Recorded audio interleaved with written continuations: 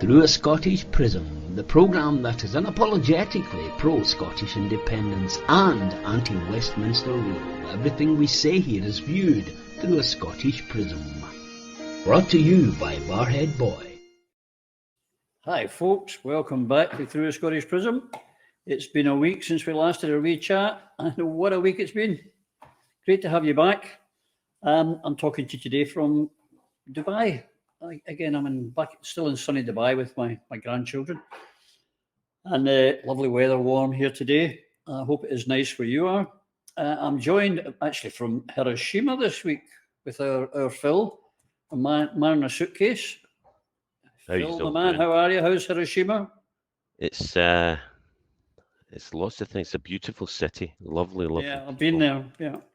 Gorgeous place. Really, really nice city. I'm in a microbrewery, but I was going to say, you've managed to find a boozer. Oh yeah, there's plenty. There's quality. The quality. Japan, Japan, it's famous for its quality, and they do beer, they do good whiskey. We have to reluctantly admit they make a fine whiskey. But I just did the museum of the Peace Museum and the whole nuclear thing, and I don't know what to say about that, to be honest. No, it's one of those. It's like Auschwitz. There's not adjectives to describe it really. And we're also joined from the City of Discovery by our Eva. She's there with Dennis the Menace. There we go. There's our Eva, and there's Dennis saying hello. There you go, Eva. How are you, my friend? Oh, you're on mute. You're muted, Eva. Recovering from yet another highly successful wee Alba book event in Dundee. Again, a packed house with Alec, Kenny, Julia Pinnell from the Independence for Scotland Party, and an audience that was desperate to get on the road to independence, Roddy, no doubt about it. It's great to see another independence party there with the people in the wee Alba book. Fabulous. That's what we need, unity. Unity of purpose and unity of parties. Anyway, I'm sure we'll talk about that. And also, of course, we can't start the show without our lady from the borders, our Dr. Yvonne Ridley. Yvonne, my friend, how are you? Fine. Full of ready to go. Yeah. Is this because Newcastle United are on the top four, or just generally happy? Oh, I'm very conflicted. I've followed Newcastle all my life, and the owners, we've always had problems with owners, and having MBS hovering in the background from Saudi is not a good feeling. Being fourth in the premiership's a good feeling. Yeah, that's why I'm conflicted. Although there's going to be a bit of a demonstration for the Chelsea game, I think next week, with those of us who aren't happy about the ownership. It's difficult because you look around at the Premier League and there's sports washing everywhere you look. Yeah, it's a money-making machine. But anyway, here we are, folks. What a week. Phil, we've got, as far as I know, as we go to air just now, the present Prime Minister, as far as I'm led to believe, is Rishi Sunak, unless that has changed, if anyone can tell me, because we seem to be getting Prime Ministers quicker than we're getting hot dinners. Any difference coming? What do you think, Phil? Well, was it same day? It's a different day, but it's the same shit. I mean, there's only one good thing about Sunak. He broke the glass ceiling in a way that Thatcher did for women, and Obama did in his way. But he did it for Indians and Asians in the UK, and like Thatcher and Obama, sadly, he'll do no more for that. In his case, the minority group he came from. He's a banker, and the rhyming slang applies. He's Goldman Sachs investment bank hedge fund manager in the UK, and also ingrained in the city, and with the Americans having pillaged for a hedge fund in California, so Californication, right enough. He will and is looking after his mates, which is more very, very bad news for the people. It's austerity, increased income tax on low middle incomes by stealth. How? He freezes it for up to 26, 27. He's talking about extending it for another 2 years, and that's an extra 4 or 5 billion into the exchequer, and the punter, the worker, pays for it. This is wrong. It's doubled down on punishing the workers at a bad time and looking after his mates. The guy should not be anywhere near leading a country. We didn't vote for him. Nobody voted for him. Scotland would never vote for somebody of that ilk. So, nah, something is rotten in this state. That's for sure. Well, he's a Tory. They're all bankers. Well, something like that I heard anyway. Eva, I mean, it's just a changing of the guard. It's not going to improve our situation. They're not going to come up with policies that we like. But what gets me is the way they're talking about it on the television. It's as if he's appeared from nowhere. He's not responsible for what happened with the furlough. He's not responsible for Brexit. He's not responsible for all the years of austerity. It's as if he's the saviour. And we should be grateful that we've got, another privately educated billionaire looking after us, and suck it up. It's incredibly embarrassing when you turn on the telly and you watch the news and you see the behaviour down there and this ongoing pretense that those currently in power are different somehow from those previously in power, albeit that it's the same folk and the same demented policies that have just become a bit more large and a bit more extreme.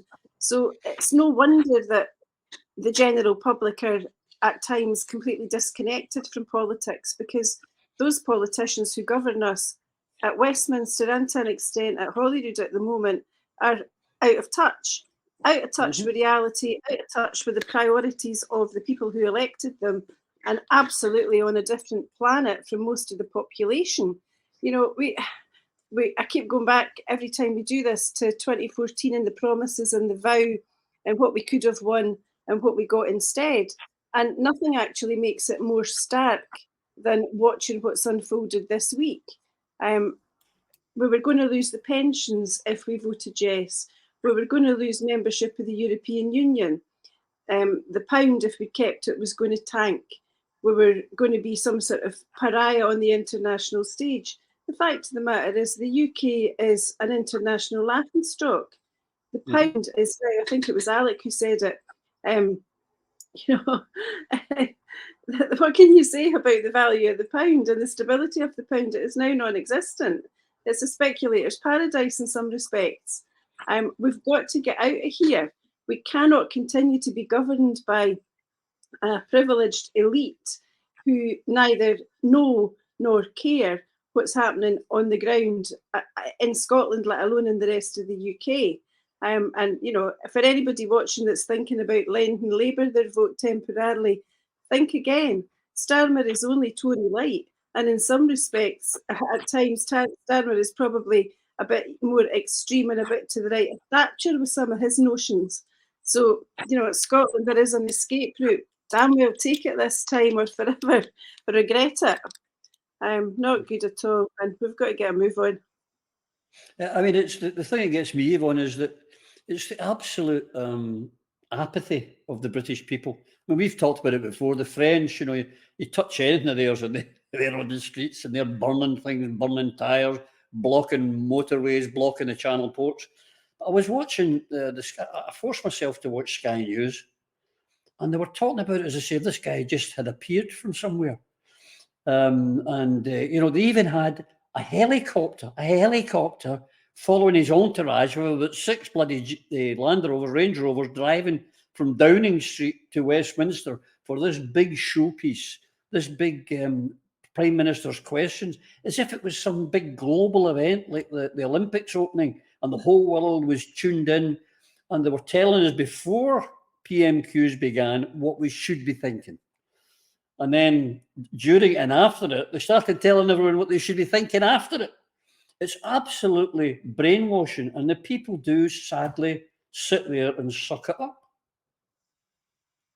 Yeah, well, you know, they say you get the government you deserve, and as long as we're sitting in a malaise and just these things will happen. I mean, look at great that we've got the first British Asian Prime Minister, so that's a good tick box to have. But as when Margaret Thatcher arrived, a few women were celebrating the first female prime minister. So let's see what he does. But he's a nerd with a fortune of £730 million. His record on women's rights I've been looking at as women's officer for Alba, and they're not great, but hey, we're just 51% of the population. But if you look at his voting rights, he has abstained from all abortion votes, bar one in the House of Commons, since he was elected as MP for Richmond in 2015. His record, as I say, on women isn't that great. And in 2015, he voted against recommendations from the Equality and Human Rights Commission to make it mandatory for large businesses to report the gender pay gap.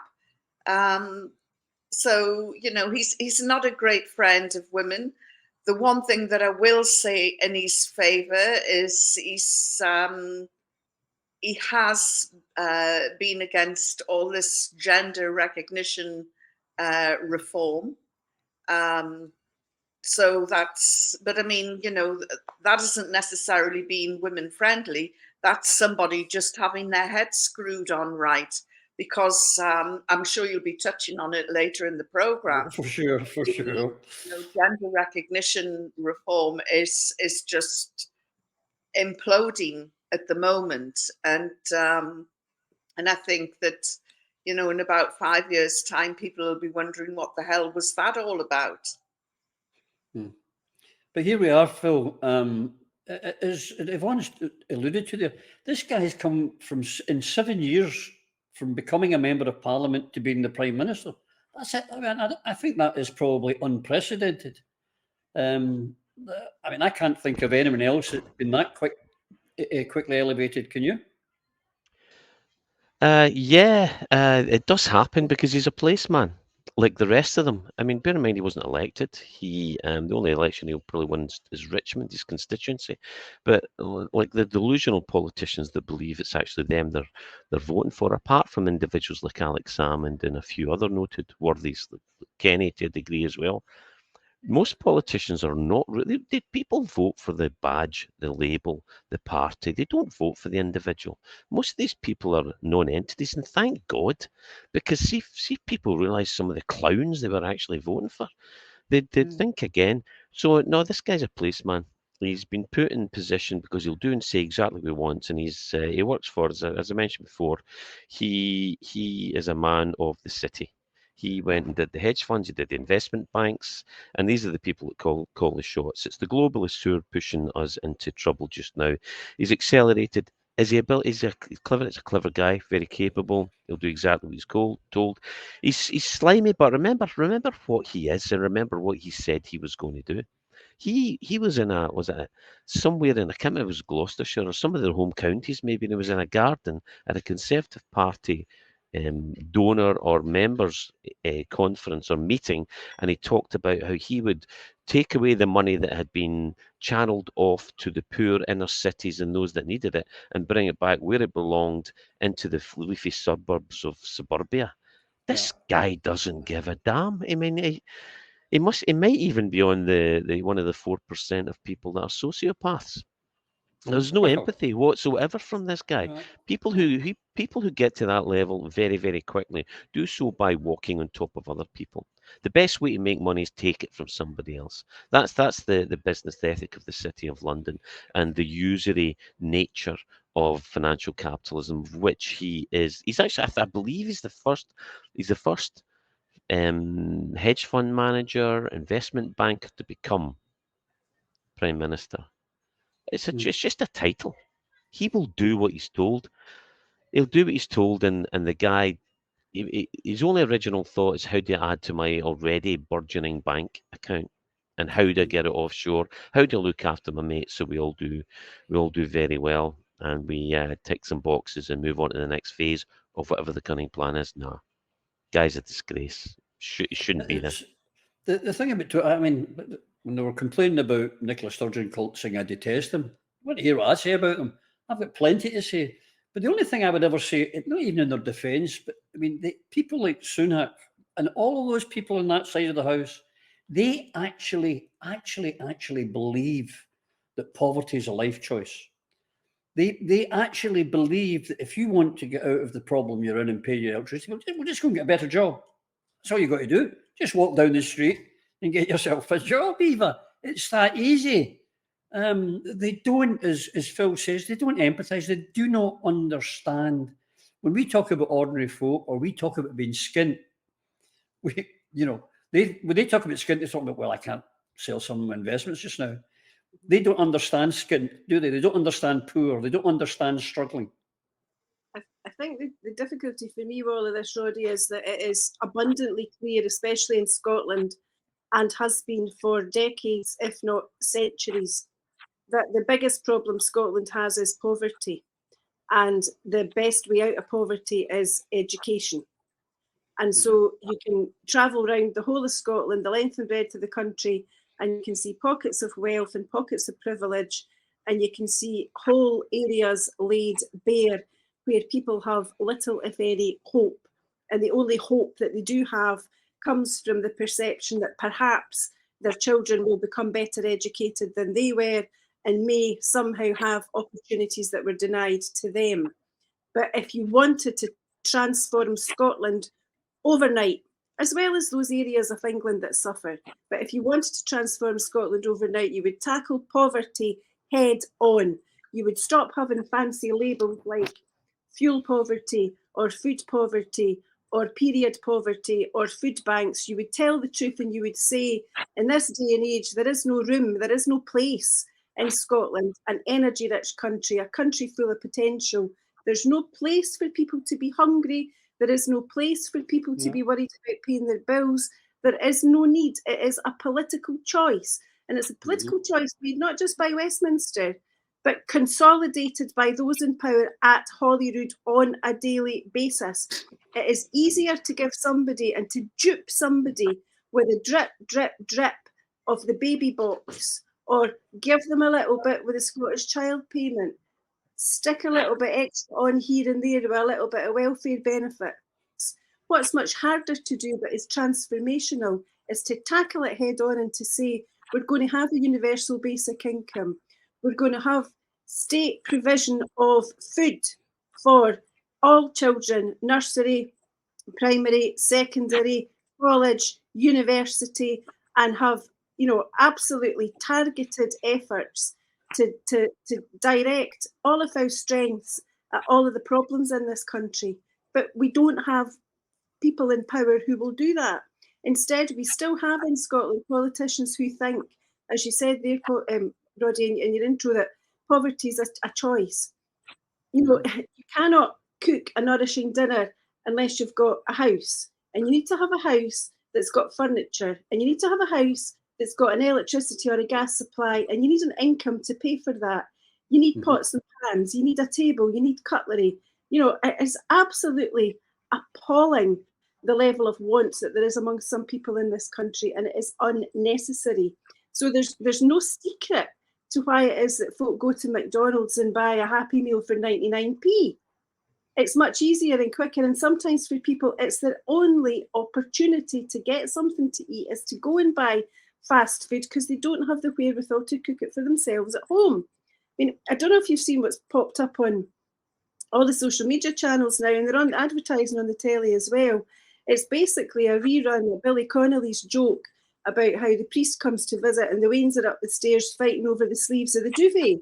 We've reinvented in the UK the duvet with sleeves because people can't afford their heating bills. So across all channels now are adverts for these great big kind of fleecy blanket things that have got sleeves in them. And folk are talking in terms of lying in their bed all day because that's better than having to go about a cold house.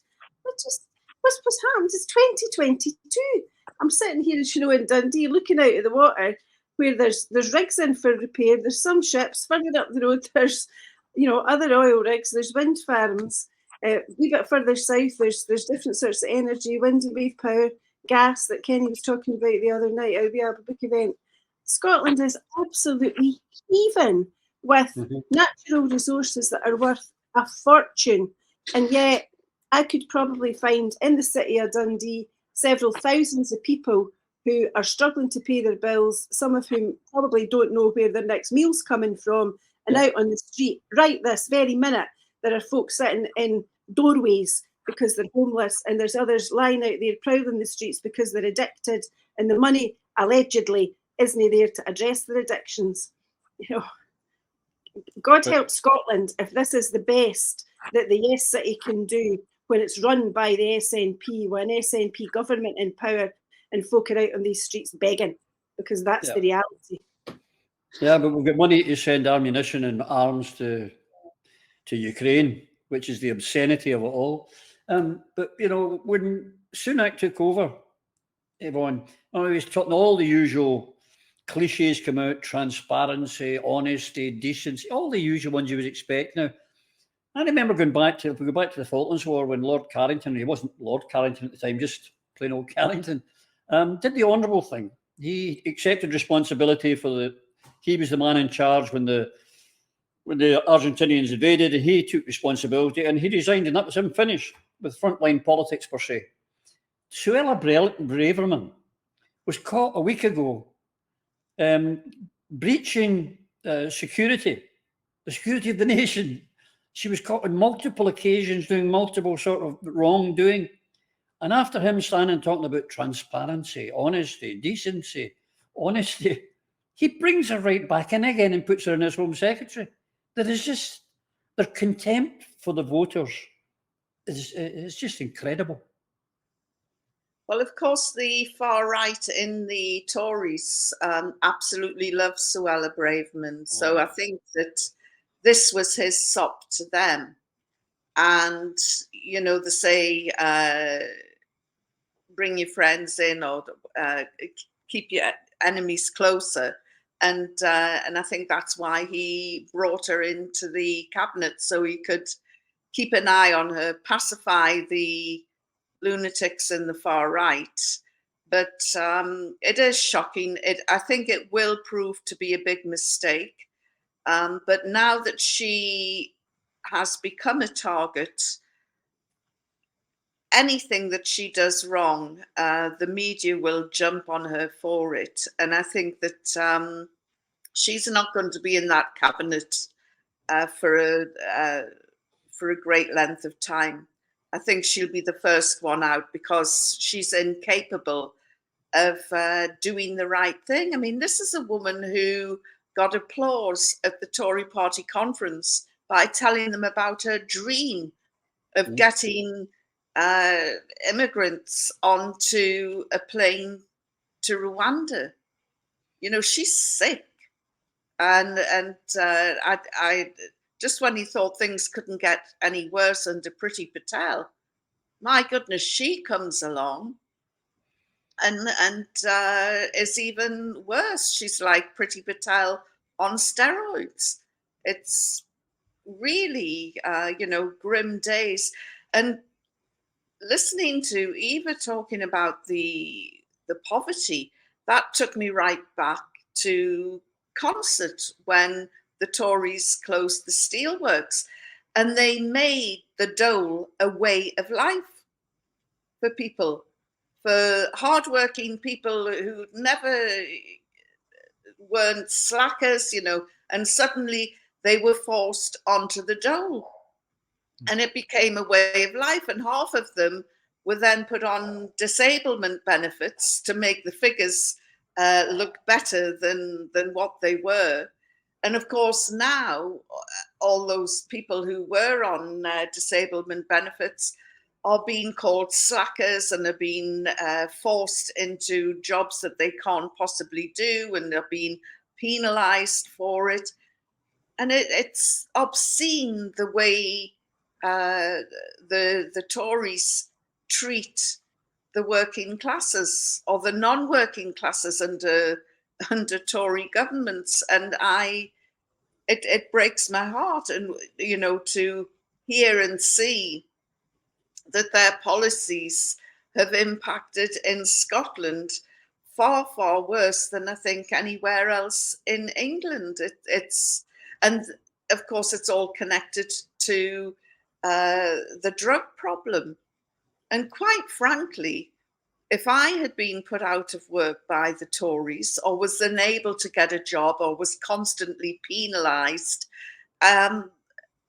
drugs seem a far preferable option than anything else, because there is no escape from poverty. So No. it's all a vicious cycle.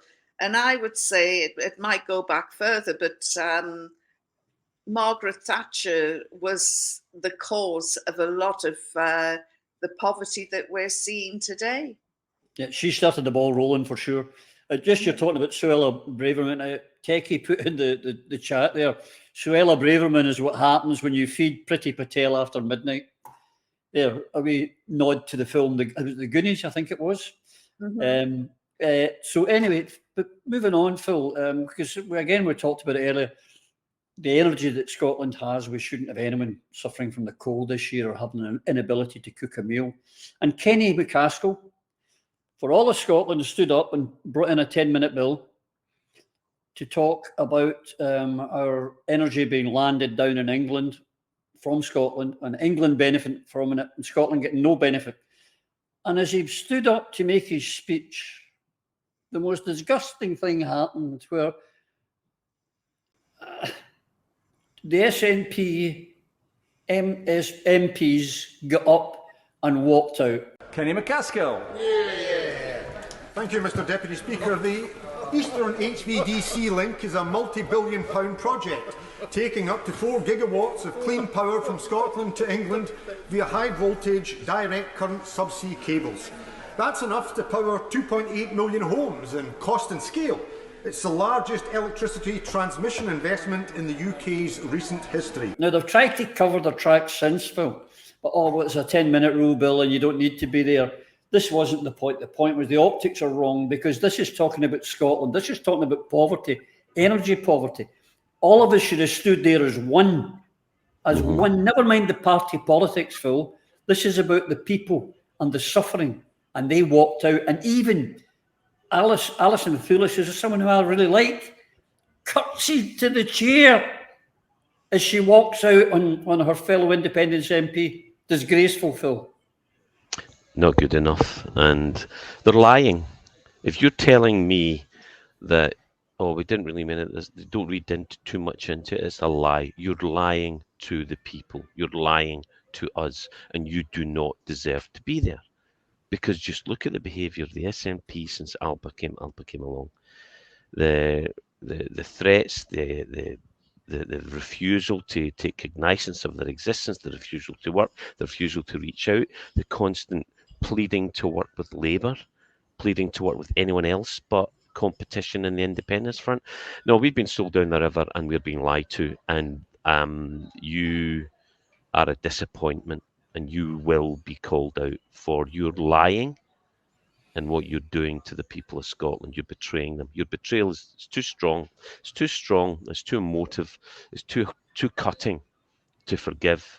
So that kind of behaviour is exactly what they've been doing from day one since Alba came along, since Alec had the audacity to survive the fake lies and the distorted truths that were thrown against them, and the persecution that was brought to bear. So no, to hell with you.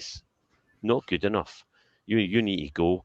As far as the subject matter, that just makes it even harder to bear. I mean, Kenny's standing up for fuel poverty, an absolutely critical issue.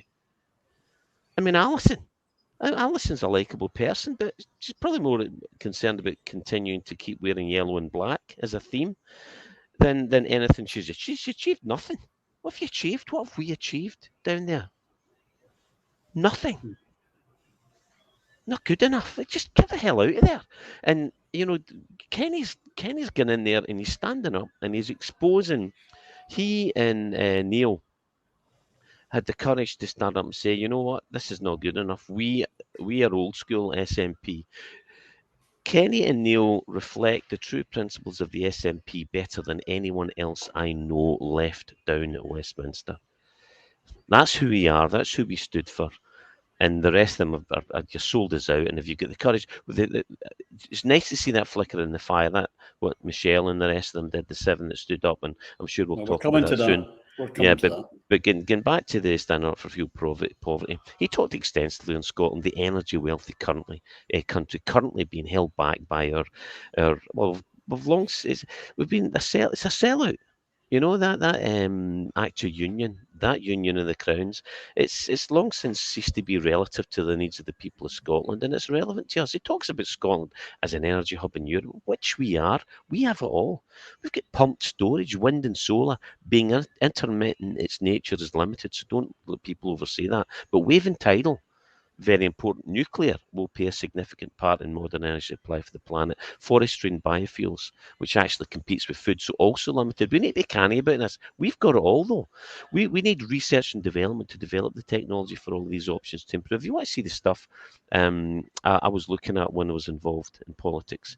I was excited by it. I went and did a lecture, a discussion, a debate at Strathclyde with a lot of modern companies in Scotland who wanted research and development funding.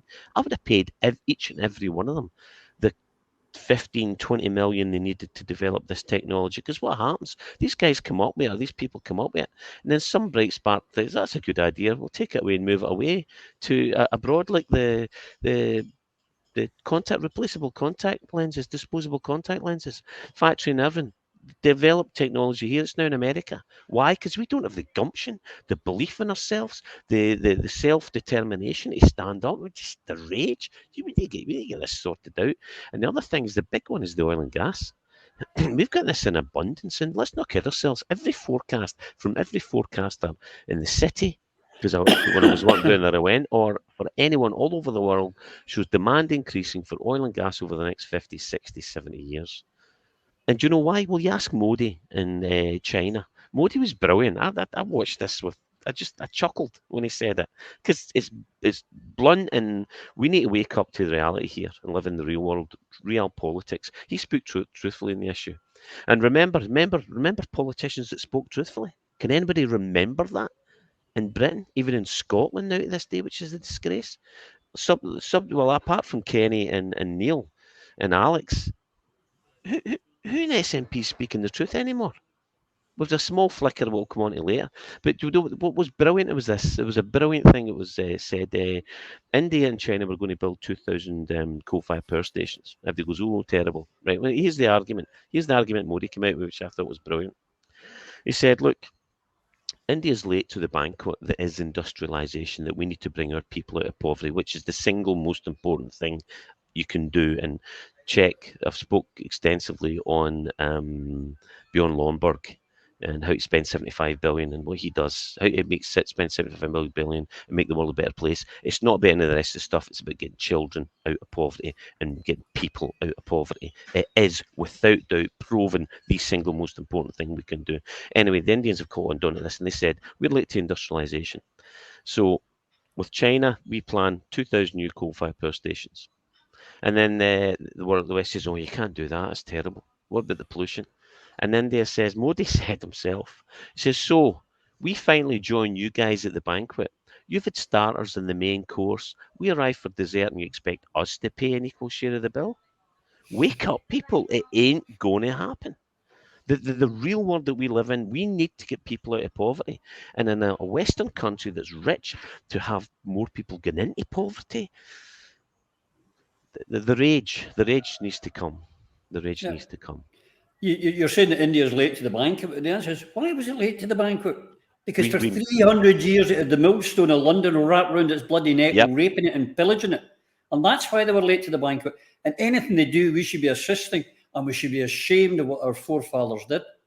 But anyway, the other thing on this, Eva, is that, while they wouldn't stand shoulder to shoulder in the House of Commons with the Alba boys putting up a case about energy poverty, we saw a clip of our Ian Blackford with Paddy Mordaunt. It was, I was just waiting for the romantic music, all touchy and friendly. And yet he turns round to Neil Hanvery and says, I don't need your voter support on anything. But he's all touchy-touchy, lovey-dovey with Tories. They've got their priorities way wrong. They don't know who their friends are, and they're treating the wrong people as enemies. George Orwell put it much better than me. The creatures outside looked from pig to man, and from man to pig, and from pig to man again. But already it was impossible to say which was which. That's for you, Ian Blackford, and all your cronies who forgot who put you there, but you'll remember who they are when it comes time to think about getting back there again. Roddy, the difficulty I have with all of this is that across social media and in the real world and out of these wee Alba Book events and on the streets and on the doors, every person who supports Scottish independence or who is curious about Scottish independence has an introduction, which is, why can the movement not be united? And that is exactly what we saw across our screens last week. That video of Kenny and Neil has been seen more than 200,000 times. I would like to think that 200,000 viewers would also see the footage there of Ian Blackford and Penny Mordaunt, because these two extremes could not encapsulate better exactly what is wrong in the Scottish independence movement. I think, was it Dennis Skinner who said about politicians being out of touch?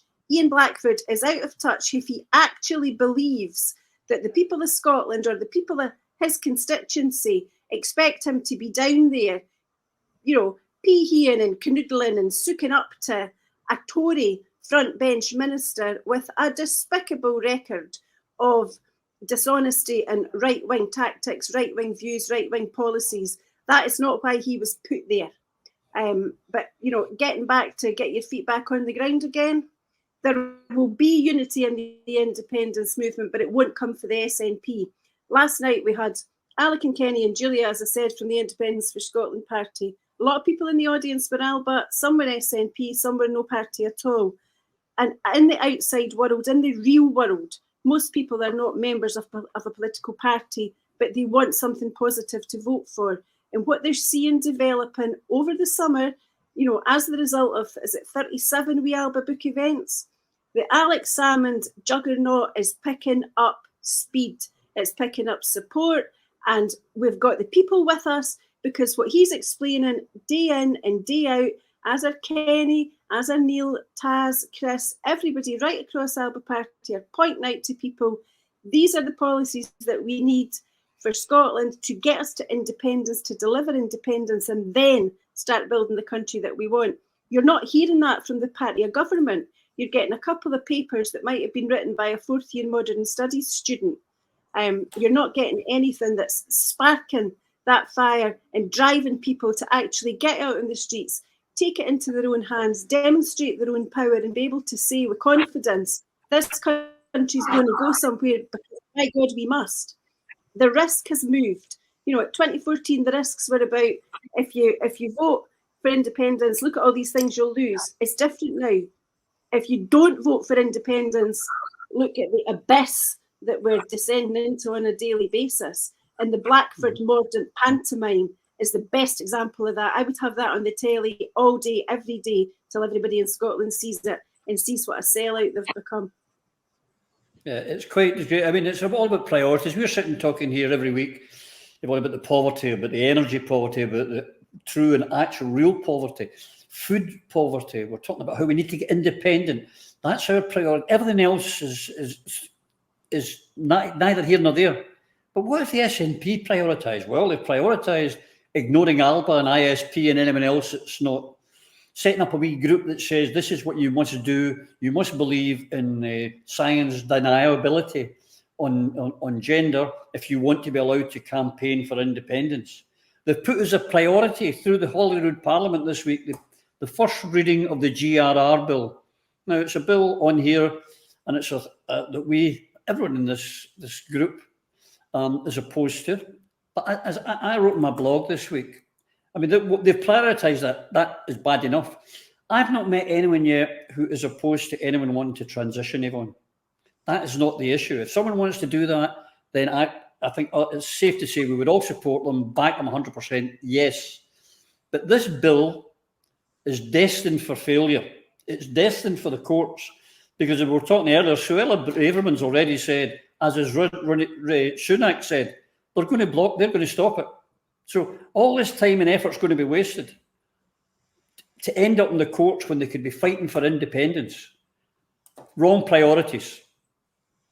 Absolutely, but the good news from it all is that 7 SNP MPs defied the whip and voted against it, and 2 defied the whip and abstained. So that's 9.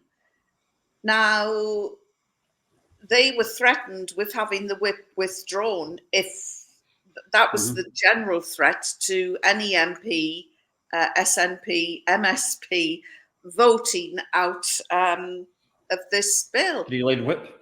But but Sturgeon couldn't follow that up.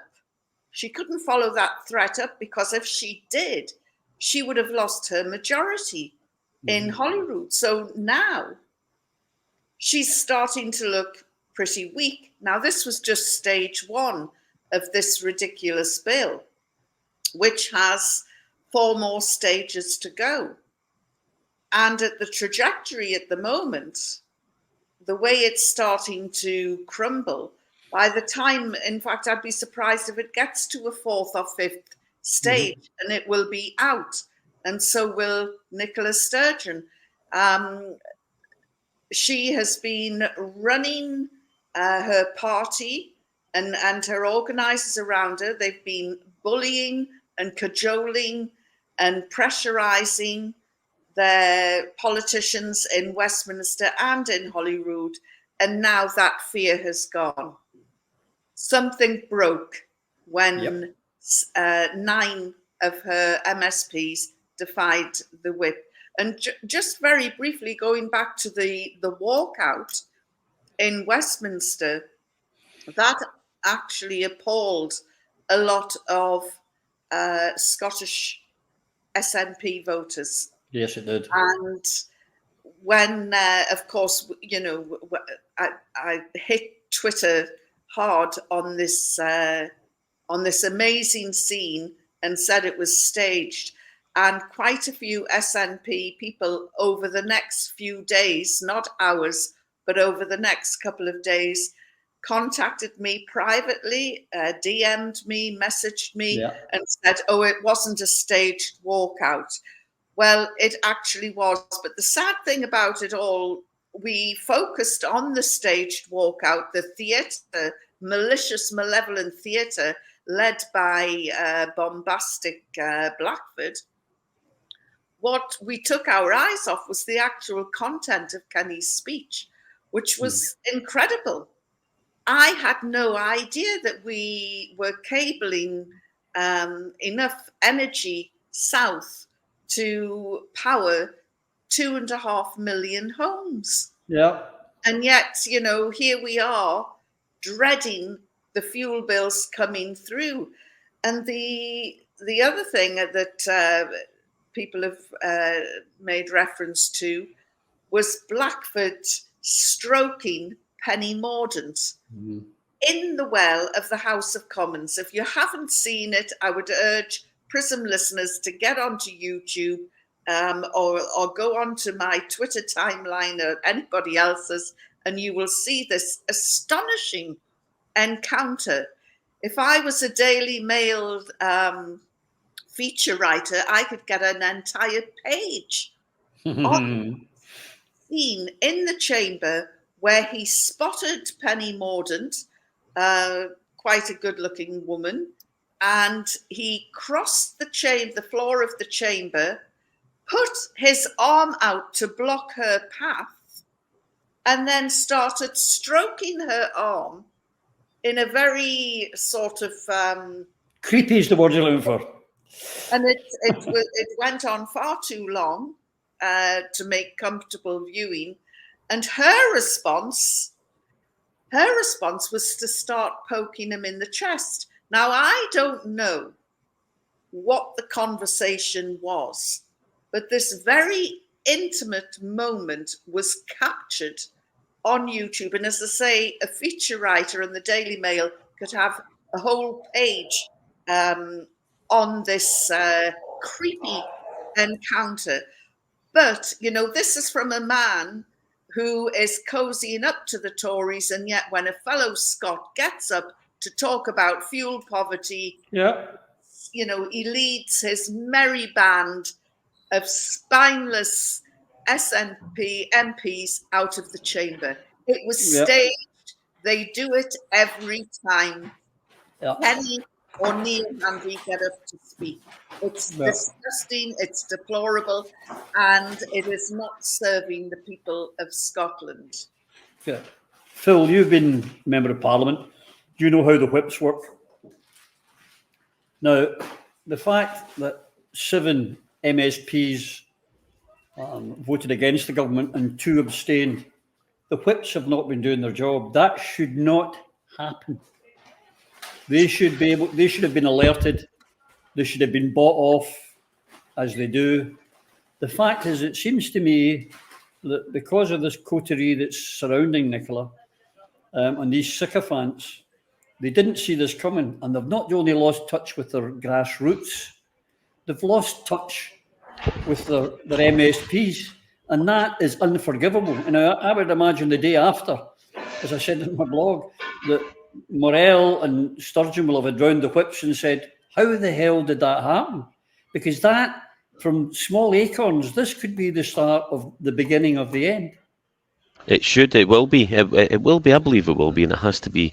And what we need to do is remember those names. Support those who stood up.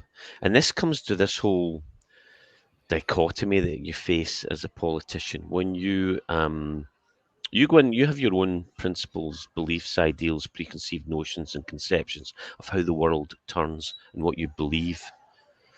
Then you go into politics, and I deferred my position, knowing what I know, to, I thought, well, I'm part of the party here. I will, you know, I'm not going to try and impose I've got quite an aggressive management style because of what I do. So I wasn't going to come in there in a subject that I felt I wasn't experienced. Well, I wasn't experienced in politics. Although in reality, I went to school. It's exactly the same politics as a schoolyard. It's bullying. It's nothing special here. All of us have expertise way beyond that of most politicians. So the first point to this, we need to support those who have the courage to stand up, because what they're doing is they're rallying against a core principle that sets 2 different values that you face. You believe in something, but you also believe in democracy of the party. And you think, okay, I voted just to come out of NATO. The party voted to go into NATO. I will accept that going forward. That's a legitimate compromise, because life and politics are compromise. So we can shout from wherever you want to shout, but if the party's not going to do it, if you're not in the game, you can't change it.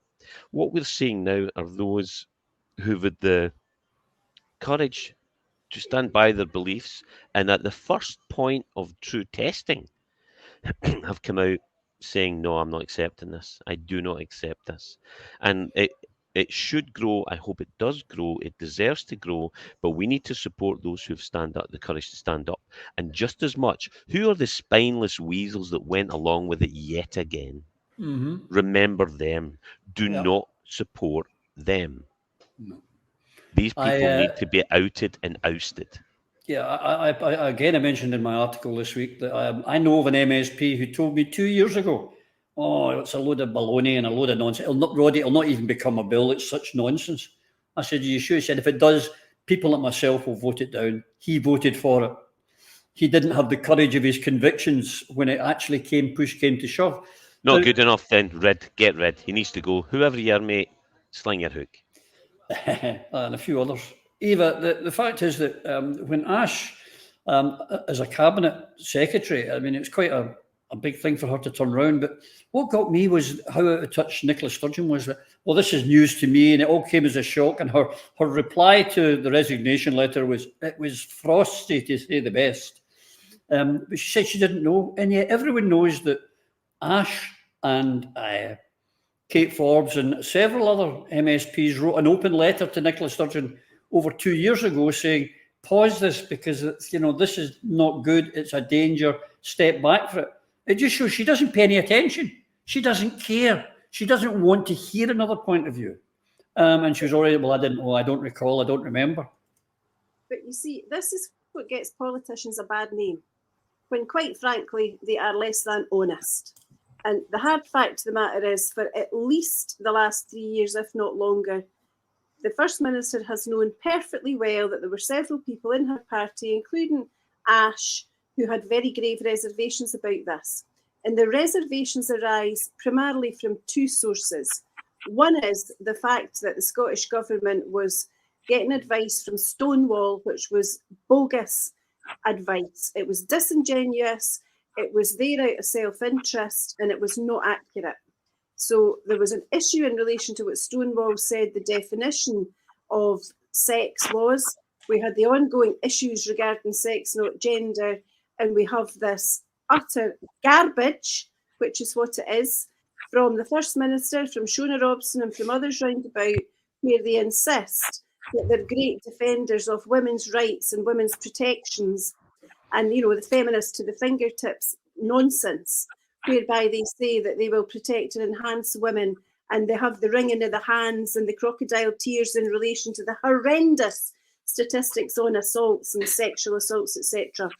But at the same time, what we have is a cabal within the Scottish Government and elsewhere who insist that if you alter your sex, i.e. your gender, with a gender recognition certificate, you have altered your sex for all purposes, that you become, if you were born a man, you can become a woman, which would mean that these men holding these GRCs would actually have access, in the eyes of Nicola Sturgeon and others, to single-sex spaces which are currently protected for biological women only.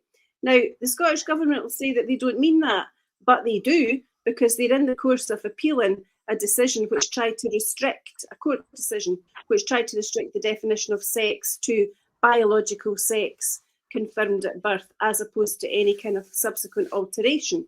The proof of the pudding actually comes from Pam Duncan-Glancy, who said word for word in the debate last week, to applause, that as far as she was concerned, the GRC altered sex for all purposes, including in relation to the Equality Act.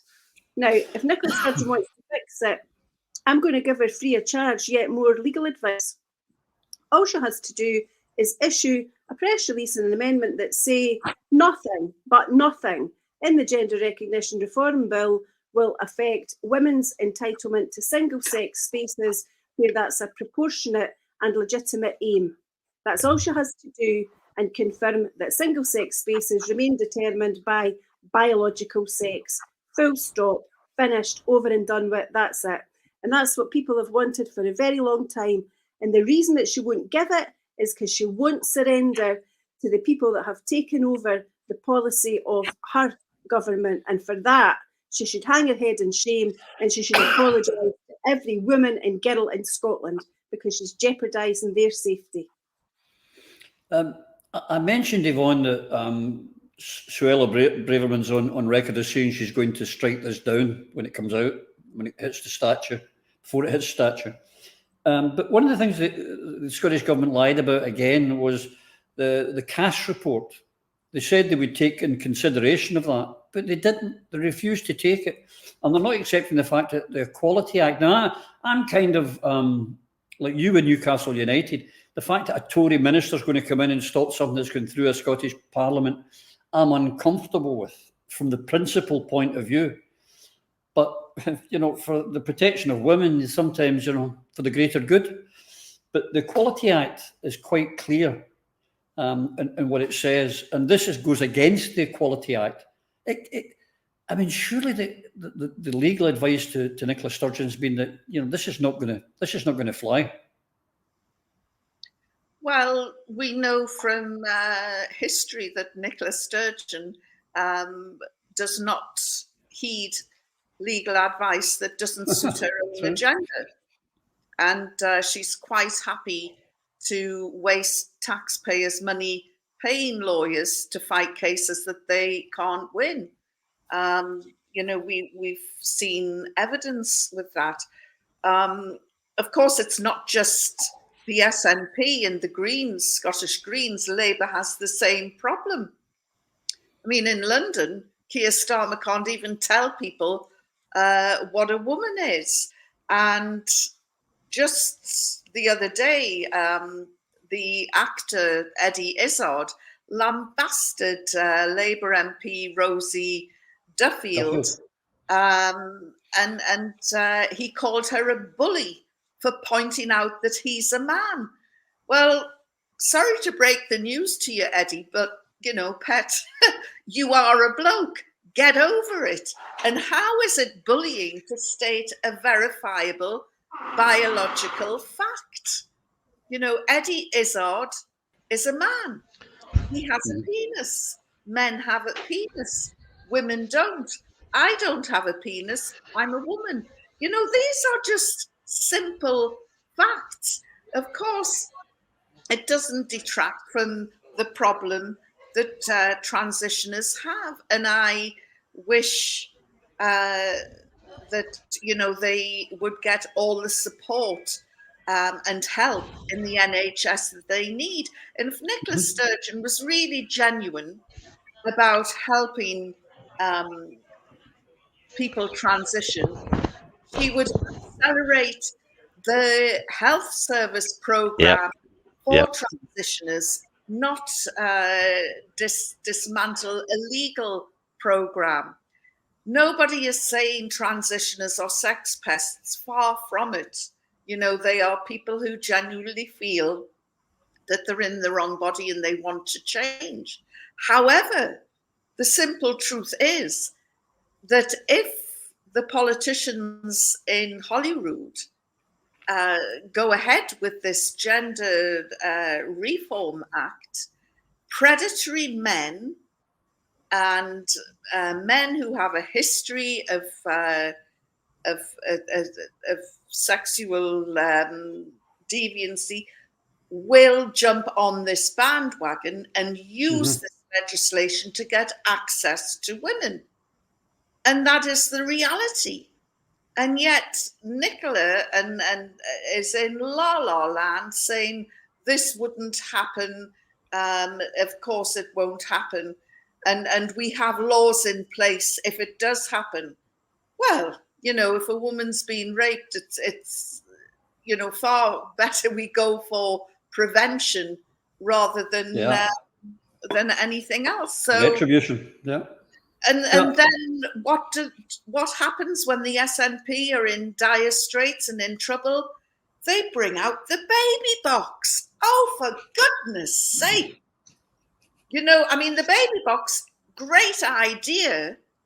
It came from Finland. It wasn't a Scottish idea. But nevertheless, it's been rolled out in Scotland. It's fantastic. It happened in 2017. Get over it. Continue and let's move on. But every time there's a crisis, some poor MSP has to wheel out the baby box and say, oh, look at this. Isn't it wonderful? Oh. If that is the only legacy Nicola Sturgeon has in her tenure as the longest serving Scottish First Minister, then God help her. You know. Well, I've just got to say on the baby box, it was Alex Salmon tipped the wink to Mark McDonald to go and have a look at it, and it was Mark McDonald that brought it in, but she's grabbed the headlines, same as a few other things. But Eva, you know, from the film, I remember the film Spartacus, and they're looking for Spartacus, and silence for a minute, and then he goes to stand up and goes, I am Spartacus, and then suddenly, well, no, I am Spartacus. That moment, I'm wondering the 9 who have had the bravery to step forward first to shout, I am Spartacus. I wonder how many more are perhaps now will have got the courage to sort of join in. I'm hopeful that this could become a trend. And it's a fact that once rebelling starts, particularly within political parties that have been in government for too long, this can become quite an epidemic, could it not? Well, there are 64 SNP MSPs So 9 out of 64 is quite a sizable number. For sure. I think you could easily double that, at least in the context of others who have reservations. So I think it's abundantly clear that the lack of sanctions visited so far on those 9 rebels indicates that the First Minister has had to accept that she is losing control. There's no doubt about that. And she's going to become a laughingstock, not just nationally, but within her own government, within her own party, because she is completely unable to keep control. You know, there is no point in having a fearful ship and dangling a sanction over somebody's head and then not visiting it upon them. So they're just going to go, yeah, boo sucks. Who cares, Nicola? Spent force. It's over. You know, face reality. You are losing your grip.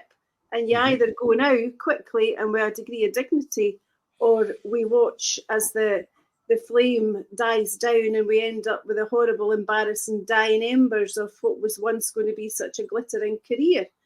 Yep, it's the tip of the iceberg, but unfortunately it's heading towards it at a rate of knots. There will be very many others, especially when the general public continue their campaign of speaking to their MSPs and telling them what they want, what they will accept and what they absolutely will not accept. And, you know, as others have said, including yourself, Roddy, this is not an issue that actually surrounds the rights of people who are transitioning. This is an issue to do with the retention of the rights that women actually have. And the minute that you allow a man to call himself a woman for all intents and purposes, you end up eradicating the definition of the sexes and you make sure that there are no longer single-sex spaces for women.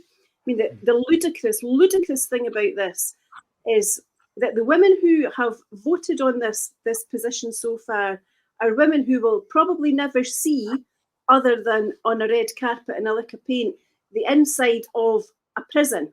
They are not likely to be sitting, like I've done on many occasions, in a really pretty awful NHS hospital ward. They're going to be in a position to be buying medical care for themselves. They are not likely to have to do any of the things that women that I work for on a daily basis do, like hiding in the toilets in Tesco when they're trying to get away from their man because they were battered the night before and they're scared for what they're going home to. You know, they're not likely to see the inside of a refuge. These are the women who need protection, not from trans people, but from predators. And women who go to refuges should have a reasonable expectation in a civilized country that when they go there, they will be served by, looked after by, comforted by other women, not men, not male bodies, because that's the reason why they've gone there in the first place and that's the reason why they're traumatised. So every woman in the Scottish Parliament who has approved this legislation thus far should be made to go and take a crash course in risk assessment, domestic violence, and the issues that face women who have been victims of sexual and other abuse from men. Live and learn. You know, read the runes, read the room, Nicola and your friends. It's over. You cannot take on the women of Scotland and expect to get away with it. It's not going to happen. You know, your time has come and your time's up. We're coming towards the end, Phil. Last minute. Are we now seeing why Nicola was so anxious to, not one, have Alba in Holyrood, and two, have a coalition with the Greens? Did she see any of this coming? I don't think Nicola really cares. Nicola's only cares about Nicola. Nicola's now doing what she's told. That's the sad thing here. So Nicola has no concern. She's already looking at the next move. We can all see that she's vying for a position in Europe with the EU or the United Nations. She's gearing herself up for her next big move for Nicola because she doesn't give a damn. She's a disgrace and she needs outed. I mean, what we've talked about, just a couple of quick points. Interconnectors is what Kenny was talking about. It's a standard procedure. It's a process that we've been talking about. Long distance direct current, sharing it. When the wind's not blowing in Germany, we can sell them wind power. It increases the ability for us to make profit and for us to work efficiently with energy resources in Europe, in a united Europe. the whole gender recognition thing is bollocks or not, No, as the bollocks, case as may that's be. the case may be. And just check Ricky Gervais on the gender recognition. That 1.5 minute skit that he does, and all he does is quote what the gender recognionists, these clowns, these children are quoting. He quotes it back to them. And it's hilarious because we see what it is for what it is. And then Eva's bang on the money. It's like, it's predators. It's not about gender recognition. It's not about self-ID. Predators will use every single cloak. It was Neil Hanvey nailed it. Neil Hanvey said it quite a wee while ago, I think the last time he was on, that predators will use any cloak they can to access the people they want to access. And gender ID is the perfect open goal for these people. And biology, does anybody remember biology? See if you go into Nat 4, sex, XX, XY chromosomes, 99.9% of your cells contain either the XX or XY chromosome. That makes you either a man or a woman. So it's bollocks. And no, Nicola doesn't care. Folks, we've run out of time, as always. It's been great. Ladies, gentlemen, thank you. We cut a bit of housekeeping. You can see up in the corner here, we've got the new Prism logo up there. The new Prism shop will hopefully be opening this week, where you can buy your Prism through a Scottish Prism goodies. So we can try and make 731 million like Sunak. And I'd make a very good multi-millionaire, don't you think? I'd be good at that. I can do that. So if you want to get your T-shirts or your polo shirts or your mugs or whatever, I would like to have one myself. I won't have for next week because I'll still be here I'll be next week in Abu Dhabi. So we'll speak to you from then. Until we all speak to you again, you and yours, please, take care. Through a Scottish Prism, the programme that is unapologetically pro-Scottish independence and anti-Westminster rule. Everything we say here is viewed through a Scottish prism. Brought to you by Barhead Boy.